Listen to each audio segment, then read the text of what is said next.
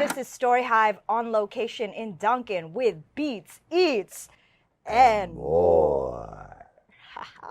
That's nice. We're broadcasting live right now from the Cowichan Valley on the unceded ancestral lands of the Cowichan First Nations. Utmost love and gratitude and respect to the original stewards and protectors of these lands. I'm so stoked to be back in Duncan. I was here maybe a week and a half ago, 2 weeks ago, and reconnected with the one, the only, if you don't recognize this man's face, Longevity John, a passionate music lover, community builder, and the driving force behind the Duncan Showroom, which is where we are right now, and the iconic 39 Days of July Music Festival. Known as a pillar of Vancouver Island's music community, John has championed countless artists and built a space where creativity thrives. His vision and passion helped shape Duncan into a cultural hub with a festival and venue that bring people together through the power of music.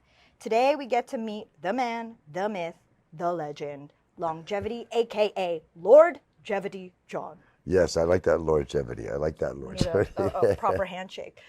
You were just about to get into how your title shifted from longevity to Lordgevity. Well, very quickly, it started out years ago. Yes. I was working and hanging out with Willie P. Bennett, and through that I got to meet Pat Temple. Yes. And I was back east in Toronto hanging out with him, and I was known as Long John, the leather worker, like Long John mostly. So a few people started asking me if Long John, is your last name Baldry, or do you play blues guitar? And I go, no, I'm Wrong John Baldry. You know, that went over their heads. So Pat came up with this great moniker, Longevity John. You can call him Long for short, but you can't call him short for long. That's it. So I like that. So that's what it's been for, since '91. And after a while, you get so used to having that. I've taken ownership of longevity. John, that's amazing. I would love to hear about early beginnings, like starting with the moment, your earliest memory when music really just like hit you in the soul and you knew you loved it. Well, my mother was 17 when she had me. And was this here? This was in Smith Falls, Ontario, and she became single at the age of 19. So I grew up as a young man with her, kind of like I was the man in the family. Right. So in 1956 or 57, I think it's 57, in April, I believe it was, she took me with her to go see Elvis Presley. Whoa! In Ottawa, his one performance there. So I remember being there, but I listened to all the records that she did. So I was following her, as every child does, right? We don't realize to what extent that people, we just found out half an hour ago that Ozzy Osbourne died. Oh, wow. Yeah, so and now I go back to that and I go, I wasn't a fan of his per se. I knew he existed, but what an impact, yes, those kind of people have on the generation. So Elvis was big to me. We always wanted to pretend we were Elvis growing up. I grew up in the 60s as a teenager, so when the Beatles came over, and we all listened to AM radio. All our lives depended upon what the next music we listened to. You could see people go off in one direction, people in others, right? So at an early age, music stayed a part of me. My new father, when I was 10, was involved in radio. Oh, cool. So I had access to, or a bit more knowledge as radio went on, and a lot of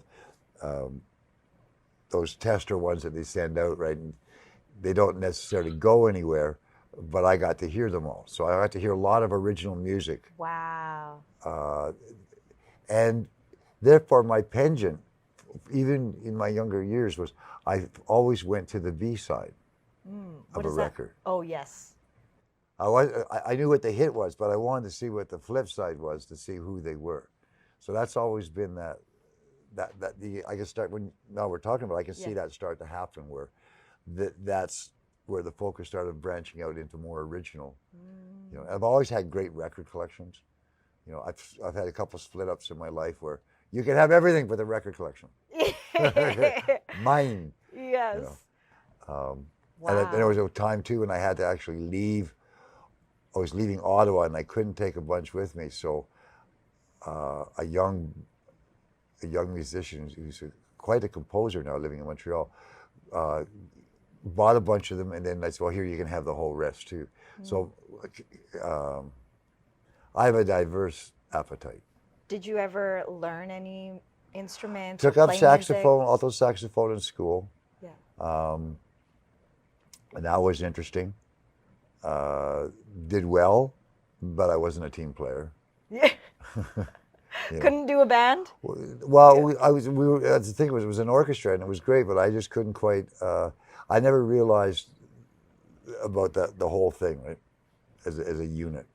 So having been raised as a single parent child, Yeah. at that time in the early 50s, there wasn't a lot of that going on. And being a French Canadian in an English town, Jean-Claude Richet, that was cool. How about DJing? You don't need a team for that. You get to play anything from your record collection. Oh, that's what it was. Yeah. It's funny because I caught myself doing that at parties. I'd be constantly changing, going into the next mode. But I never got involved in that. I never went that way because I was a leather worker by trade, right? Yes. So that allowed me to travel wherever I wanted to go, just with a bare minimum of tools, and make whatever I needed to live on, right? So how did you end up here then? Eventually. Well, as it goes, Yeah. I'd been out here in late 70s, 78, 70, or 79, 80. Made a bet with a guy. I bought a car off him for $100. And I said that I could get it to Ontario and back for $100 bet. And I would have made it back, but I ended up selling it in Ontario. But me and my dog and 2 other people got it, and we went for a journey in 1980, and it took me 8 years to get back here. Oh my gosh. But it was a great journey. Yeah. Along the way, I had another family, opened up a leather shop in Ottawa. I really enjoyed the Ottawa scene. Then came that wonderful moment in my life, and I say a wonderful moment in my life, when I realized that alcohol wasn't going to play a part of my life anymore. And that I was going to try and do my best to, I'd reached its end. It happened, can't stop it, can't change it. But there came a point in time when I had to make a decision. If I was going to go any further, I had to Let it go. let it go. And that also meant that the family split up because it wasn't the person that the person had gotten together with. Because Right. I didn't really change a lot, but there's just the drinking wasn't part of it. And there was a whole bunch of discovery and all that. So I came out here 2 years sober to a town called Duncan, which his nickname has been for years, Drunken Duncan. So anyway, I came to Duncan, found a little cabin for $75 a month. Wow. 2 bedrooms, living room with a fireplace, no running water, no electricity, 7 different kinds, on 3.6 acres with 7 different apple trees, hazelnut groves, 3 different peach trees, plum trees. Oh my. Right across the street and down the road from the river was the nudie pools where the river came down. You could just go hang out there. Like I was in heaven. So for the first while, I was able to. It helped me find my sobriety, right? But I figured out a way to get power by running extension cords to different neighbors. Yeah. Right. I always had to have music because I had my shop there, so I always listened to music. So that luxury of having a rent of $75 a month and trying to find yourself again. Because I was at that point 30. I was 36 when I sobered up. So into my 40s and stuff like that. It was refining who I was, but listening to the music, and because I had an opportunity to meet Willie P. Bennett years ago. Yes. Right? For anyone who doesn't know who Willie P. Willie Bennett P. Bennett's a great singer-songwriter who's passed away now. But all I can say is venture into his social media, find out the songs that he wrote, listen to them. Each and every one of those songs will move you to some degree. A fine, fine lad he was. I got to work with him. I got to drive car with him, brought a couple tours, be his pal. Wow. I had sobered up at that point, and he was still dealt with that through Pat Temple, who was his other good friend, Pat Temple.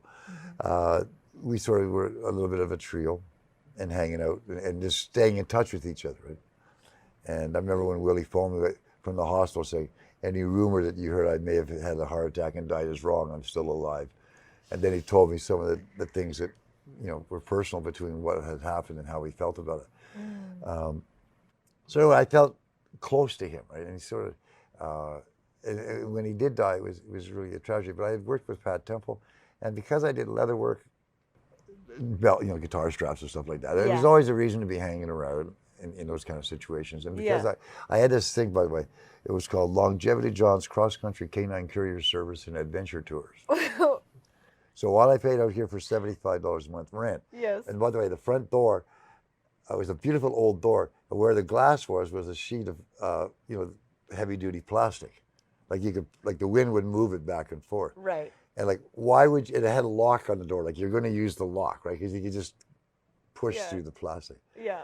And that's where a lot of the stuff started. Because I did these tours. And what I would do is, I found a way to pick up a car in Montreal, and they would give it to me, and I would drive it back to Vancouver and deliver it, and they would give me $150. But it would have a trip permit on it. So I never paid insurance or anything. So I'd have a vehicle for 10 days to do whatever I wanted to drive across the country. Acura Legends, like all these really nice cars that I would never, being an old hippie, ever have a right to, a possibility of driving. Yeah. So it'd be cool. And because you got the trip permit, you never got busted, right? If they pull you over, see the trip permit, go, oh, it's okay. Yeah. Right. So, and Canada is such a beautiful country. I highly recommend drive it once in your lifetime. And if you can, try it. I did it probably 20, 30 times at least.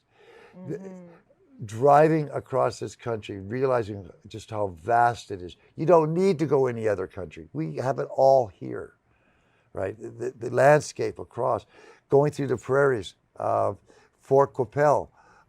Because I lived in Moose Jaw as a young child for a couple of years, I got to go to Fort Qu'Appelle and go to the camp at Camp Tawasi. So that showed me that if you went 10 miles off the road, there was all these beautiful little oases taking place. Wow. It's crazy. The region across is just changing Be- geographically. Because people live there, there must be a reason why they chose to live there. There's something special about that area of the property, not 10 miles down the road. Why did they choose to live there? And all those reasons made it very enjoyable. So for me, I couldn't get enough of that. And plus, I mean, there were times when people would get in the car, I don't know how I'm going to, I got no money. I'm just going to see how I'm going to make it. Yeah. Like, it's not like I had a lot of money. Yeah. I was still independently poor. Yeah. Right. There's two things, independently rich and independently poor, right? Yeah. Operative word is independent.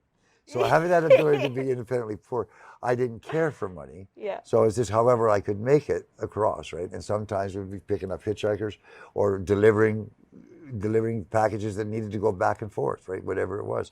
A lot of people moving. Would this have been the 70s at this time now? Well, that was in the 90s. Okay, this is Now we've got right ahead since I've been out here. I came out here in 1988 to the West Coast. That's the year I was born, John. Really? Well, far out. It's a great year. Oh, it is. It was a wonderful year for me. It was a full year of expansion where I found myself in a place where I had gotten back together with the mother of my son after I split up with the mother of my two daughters. Willie and I had done a tour. We got out here and we ran into each other. It was love again. And in 3 short months, my son found out why his mom and dad hadn't lived together for 15 years. It did not work. So it left me in southern Alberta not knowing what to do. My friend said, come on out here and help me with firewood. I drove out to the Cowichan Valley, and we had 210 cords of firewood to deliver. So it's already bucked. We had a hydraulic splitter, vertical, so onto the platform, splits it into a conveyor belt onto the truck. Wow. The truck fills up 3 cords, you go deliver it. So I got to drive through this valley of the Cowichan Valley in September, mid-September, for 3.5 weeks, all through like the wonderful little areas where people wanted for firewood delivered. So I saw just how beautiful this area is. And I happened to mention to my friend that I wanted, maybe I'll come out here and find a cabin. And within 12 hours, I got told about the other cabin, and so I got it. So all that serendipitous synchronicity that said, go this way, go this way, go this way, happened. Now, this is an interesting part. I'm going to jump way ahead. Yeah. Because as we're sitting here and you look over there, you're going to see the theater seats, right? Yes. So here I am. I was bringing, because of Willie, I was bringing people in to perform at Vimy Hall, which is a little community hall. They held 100 people, and various other restaurants. I tried to do that, and sometimes, a restaurant would say, let's do it, and they'd last 3 months and then get out of it. So there was never any solid place for me to say I could do it. I was doing it at Vimy for a year where I was the president. I was the guy in charge of renting the venue, and then I rented the venue. And I made sure there was something going on 7 days a week, so everybody could feel like they were a part of it. The neighborhood started to like it because they knew who was there when they were there. The rites of passage of throwing up at 3 o'clock in the morning at Vimy Hall, I wasn't into that at that point. But, and at one point my dad had given me $500 for my 50th birthday, so I went out and bought a $300 cargo parachute just to show him how crazy I was. But it was neat because I could hang that up in the hall, and that would deaden the sound and make it from a cavernous room to a beautiful sounding venue. Wow. But that came to an end. Very depressed, not knowing what I was going to do next. I used to go to the Arbutus Cafe just up the street, and I'd have my morning coffee, and Shelley would let me in at 1 minute to 8. She never let anybody else in but me at 1 minute to 8. She was stern about 8 o'clock, right? And that was a wonderful privilege I felt, right? But I'd go in and they would sit in my corner and they'd pour me coffee for about 2.5 hours. And then I'd go out the rest of my business trying to organize events and stuff, right? It was at that time I went in on whatever day it was, and I think it was a Wednesday. She wasn't there, so I had to wait till the other girl would let me in. Where's Shelley? Oh, she scratched $150,000 the night before. Like won the lottery? Won $50,000. So she's, of course, as a waitress, she's not at work. Yeah. But what happens is, I immediately go, I sure could have used that money, and I applied it to myself, right? But as I sat there drinking my coffee, I said, no, that's not right.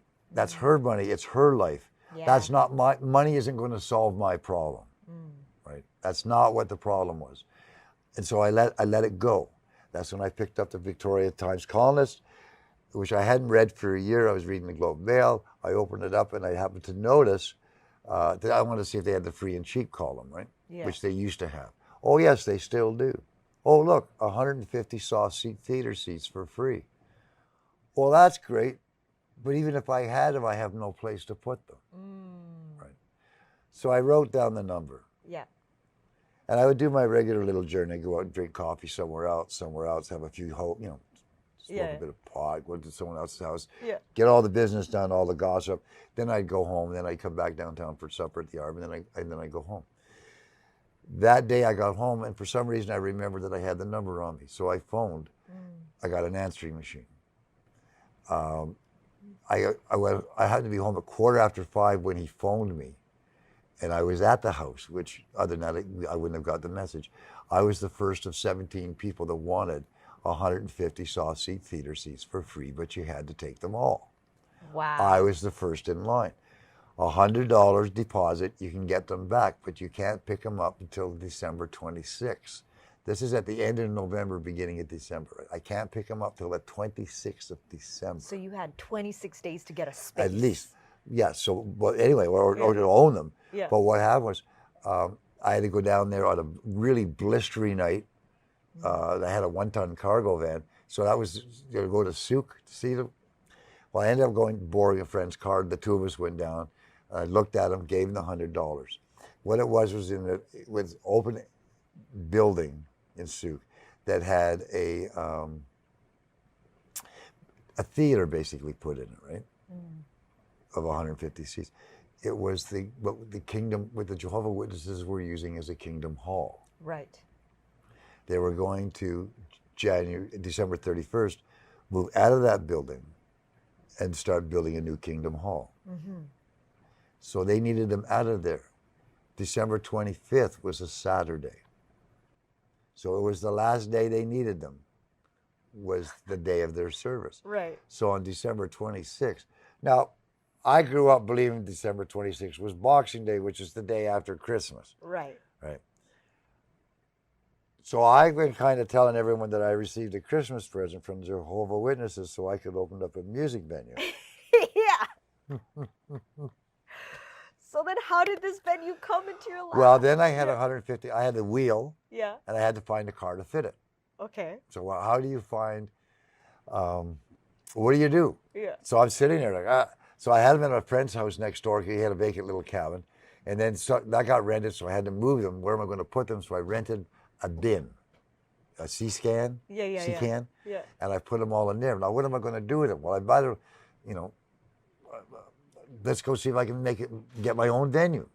Now, remember, I'm paying $75 a month rent, and I'm behind on the rent. Mm-hmm. But I got these seats, and I'm out there looking for. I had no idea at 53, 2 years old, what business or anything. I'm a leather worker. I've been under my own rules all these years. I don't know how anything else works. So I go out there and I find a spot. So as it's been going along, it's been opening up more and more and more for my involvement in music, to the point of now we run a 39-day music festival with over 355 slots in it this year. This is our 13th year. We run another 250 to 300 shows in the Duncan Showroom when we're finished that. I can't state how glad that I got to live at the time that I have lived. I'm coming up my 26th annual 50th birthday, right? And trust me, I believe that it's a mind thing. How old you think you are, right? You just don't let the old guy in, is what his name says. Clint Eastwood says that. You just don't let the old guy in every day, right? I had a wonderful comment today. I hadn't seen this person for 4 or 5 years, and he said, God, you're looking younger now than you did when the last time I saw you. I said, well, that's because of music. I'm subjected to live music, and not just cover bands. I'm talking about originality. Yeah. An original. I mean, we got to really support this. So many people benefit. This is great music, right? But what we were offering up was that if you're not going to make a lot of money, at least you have to walk away from here with the experience, because this is one of the better sounding rooms. And I only say this because I hear it from every performer who comes here, from wherever they've traveled. And they've traveled around the world playing all these wonderful venues. And they always come back and say, this is the venue that we find the most unique and one of the most comfortable. It's got something special about it. We created it, but that's not what it's about. It's about the fact that it does exist, that these moments can take place as often as possible. That's why we work 7 days a week if we can. We try, we promote, encourage, light fires wherever we can. If someone comes here and gets a video done, and we split the door so that, if they don't make money, we don't make money. If we make money, we all split the money. We're just transparent as you can be. But the whole concept is to seed the arts. It's the arts that, the revolution still exists, and the arts are part of the way that will keep the world going in a proper way and in a great direction. And that's why I can have the passion for what it is I do, because it's not just having a music venue. It's not to make money. It's to change the damn world. You know what I'm saying? Yes. Make it work.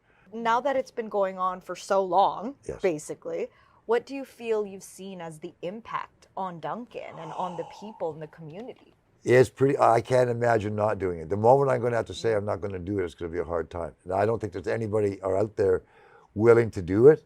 I don't think there's anybody, because it's not a financial, you're not getting paid. It's not a financial endeavor. No, so you gotta be quick on your feet. You gotta be a survivor. You gotta be able to live anyway. I'm in a position to do it. I don't know if anybody else would be in a position to do it. Every year, I don't know if it's going to be there next year. There's a lot of things that got to take place. My rent's going up again in January. I got to come up with at least $5,000 a month rent here for a year before I can do the festival again, because you can't do the festival without this being here. So it's a 24/7 involvement, and we can only hope that we can manifest it again next year. But I try to tell everyone, you live in the moment. And if there's anything that the festival teaches anybody, is be in the moment. Being in the moment allows you to leave the past in the past and not worry about the future. Just be in the moment. And the music that happens in the park every day allows that to happen. And I see it every day, people who are going through grief. A lady last year lost her husband or partner just prior to the festival. And she came up to me this year and said, if it hadn't been for the festival, I don't think I could have got through. So just being able to hang out with other people and grieve in my own way and know that there's a community that laughed together, that smiled together, that just hung out together without knowing each other was so comforting that it solved her problems. The number of people that I'm not saying the whole world, but there's been a lot of people who've moved to Duncan because of that festival. Accidentally stopping in while looking, young couples looking for a place to buy, where to settle, coming to a community where it appears to be committed to the arts as much as it is. Don't forget, we got a 731-seat theater. It's got the largest dance floor in BC for touring dance troupes. Like it's an awesome facility that's here, and and they put on a lot of shows too, but they need people to go to shows. That's the whole thing. Again, it's only as good as the audience. So if you're not a performer, but you want to be part of that scene and that family, you've got to be an audience. That is just as important as everything else is. And we're so rich in this community. We have a visual arts component, which is, when I first got here 2 years in, I got to be the president of the Arts Council, not even knowing what a board of directors was or what Robert's rules or anything was. So I'm lucky that I learned what I did. But I came in with the idea of extravaganza. I don't like to do things, So we took over this one big center and had this wonderful art show that was huge, went over really well. The next year we had sold so much art, it was just wonderful. It made everyone proud to be an artist. Have pride in what it is you do, right? And that's one of the things that Duncan's been able to do. We've taken it from Drunken Duncan to a rather fun place to be. Yes. And I forgot to mention that. Yes. Years ago, I sat in a restaurant with my good friend Rob McKenzie, who does all of our cover art and all this stuff. And he said that he said, I was born here, I grew up here. I left, I came back, I raised a family, bought a house. And he says, I just don't like the idea that it's, everyone calls it Drunken Duncan. It's more than that. Yeah. He says, it's a rather fun place to be. And I went, oh, isn't that good? And he said, yeah, the word rather is what makes it. Yeah. I said, yeah, it does. So we talked about it. I said, let's do something with that. So we started using it with the festival, right? And that became, we're going to change how people view the valley. Yeah. So now we've got a whole generation that's growing up believing they live in a rather fun place to be instead of Drunken Duncan. That's amazing. Man, John, when I was here like a week and a half ago, and I ended up, again, a moment of serendipity, because when I was asking friends like who I know are from the island, who should I interview if I'm heading out there? And one friend who used to live here was like, you should try to see if you can find Long John. And I was like, wait a second, I know this person, I met this person. Fast forward, I was at the Duncan garage, at the cafe, and I overheard a man's say something, John, and I look up and there you were. There we were. And I was like, hey, are you Long John? You're like, why, yes, I am. And then I was like, do you remember me? You're like, actually, I do. And so then you ended up telling me about the festival and then invited me and my friend Jamal that night to come back and see, Nicholas Campbell. And one thing that I found so remarkable about being on the city Square stage. City Square stage was, I arrived right when he was going up to perform his first song. And the first song that he played, all these people got up right away and just hit the dance floor. And that, out of all my years, I'm only 37 years young, but of all my years of going to parties and shows and live concerts, I have not seen that. There's only a handful of times that I have seen people without hesitation, without the performer being like, all right, don't be shy, come on up. They always have to say that to try to coax people in. I was like, wow, Duncan knows how to get down. Well, yeah. But also, a friend of mine years ago, Daisy DeBolt, bless her soul, she's passed away, but she went up to play it on Denman Island. And there was she says, John, they were dancing right away. I said, yes. Daisy, they dance at poetry readings up there. You got to know where you are before you go judging whether or not this is good or not. There's so many beautiful moments in the 39 days of July. And again, it's back to live music, Yeah. original music. Yes. You know, if you go down the channel and you try and narrow it into it, that's where it is. And tune in. All our shows are broadcast, even our open mic. And our open mic gets 400 views in 2 days. Wow. Open mic. And when I've had people who like stalwart players, right, maybe get 100 views. You know, but these, for whatever reason, tune in, have some fun. I tell jokes too. He does. Sometimes. I was taking notes when you were emceeing last. I was like quite impressed. You Well, just know how to go off the cuff. Oh yeah, you got to go off the cuff because That's life. that's my forte. I can shoot from the hip. Well, John, our hour is pretty much gone by. I can't believe it. Just You know. don't get me started. Where's that button? How do you turn this off? Is there any last words you want to say to the peoples out there? Support live music whenever you can. Be part of the audience. Let the audience. When you go to social media, there's a little thing called like. There's so much you can do to help change the world, and find the musicians that work for you the best. Support them. Not necessarily, there's always the financial aspect, so they can continue doing what they do, but in all other ways, turn them on to other people. Let other people know the experiences you have, and share it. Smile. Say hi to someone you've never said hi to. Once a day, at least smile at someone you've never smiled at before. Trying to make conversation. Let's make this community a larger community. That's how we get to be a much more better place to live. Yes, and how we can have some longevity. That's how we can have some longevity. Shout out to everybody who's been watching the live stream, the replay after. We appreciate you. My name is Kazi. This is the one and only Longevity John, aka official new title, Lordgevity John. And y'all have been watching Beats, Eats, and More. Good job, John.